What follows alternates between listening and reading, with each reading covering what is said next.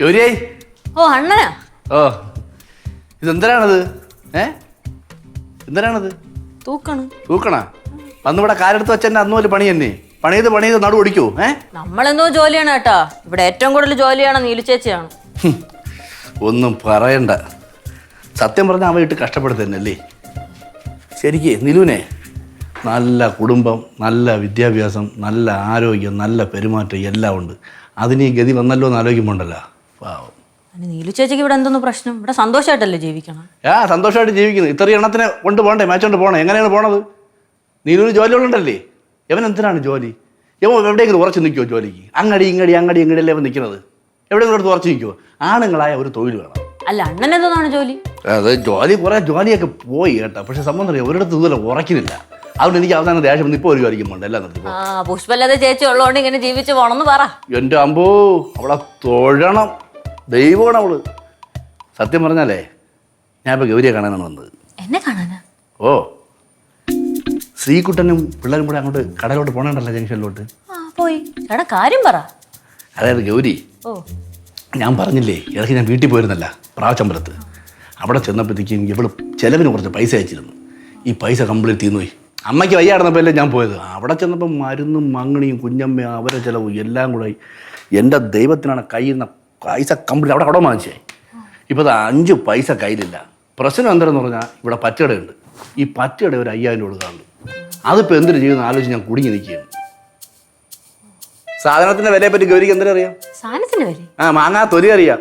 നിങ്ങൾ കുറെ ലക്ഷങ്ങൾ ഉണ്ടാക്കിയിട്ട് ഇവിടെ വന്ന് അടിച്ച് പൊളിച്ച് അങ്ങ് തീക്കല്ലേ പൈസ കംപ്ലീറ്റ്. ചേട്ടൻ എന്തോന്ന് വർത്താനം പറയണം? ആ വർത്താനം ഞാൻ പറഞ്ഞു പോയെന്നേ ഉള്ളൂ. നിങ്ങളെ ഇഷ്ടം, നിങ്ങൾ ലക്ഷങ്ങളെ കോടികളെ തീക്കുക, അത് അറിയേണ്ട കാര്യമില്ല. ഞാൻ നിങ്ങളെ കുറ്റം പറയില്ല.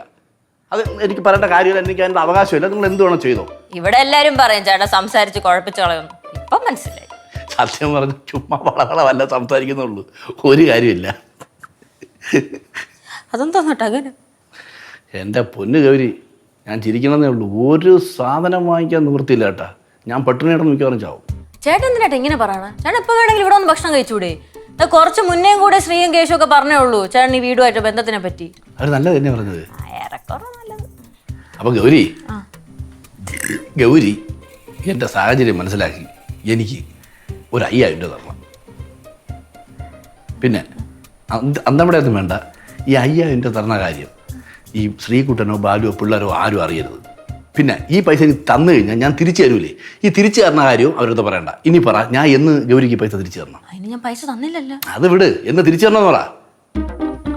അത് അടുത്ത മാസം ആര് കൊണ്ട് തന്നിരിക്കുന്നത്? അടുത്ത മാസം ഇനി വേറെ ചിലവുകൾ അടക്കുകയാണ്. അടുത്ത മാസം തരാം. ഗൗരി നമ്പർ പറ. 62373983. ഒരു ഹായ് അടിച്ചിട്ടുണ്ട്. അതിലോട്ട് പൈസ ഞാൻ ഇട്ടുതരാം. ഇപ്പൊ ഇട്. ഇപ്പം വേണോ? പിന്നെ ഇട്. ഇത്തോട്ടെ. നിവൃത്തിയില്ല മക്കളെ. പൊന്നു മക്കളെ, നിന്നെ പോയി വന്നതേ വലിയ സന്തോഷമായിരിക്കും. ഭാഗ്യമായില്ലേ. അയച്ചിട്ടുണ്ടാ? Thank you very much. പിന്നെ അടുത്ത പ്രാവശ്യം അണ്ണൻ പ്രാവച്ചമ്പലത്ത് പോകുമ്പോഴത്തേക്കും മക്കൾക്ക് നെല്ലിക്ക കൊണ്ടുവരും. എന്ത് നെല്ലിക്കാന്നറിയാമോ? കാട്ടു നെല്ലിക്ക. അടുത്ത മാസം പൈസ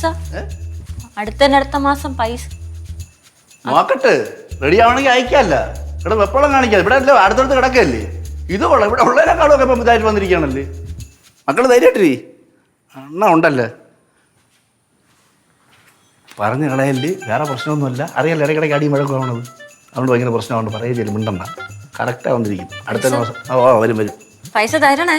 തരാന്ന് കിടന്ന് പൈസ ചുമ്മാ അലപ്പുമ്പോൾ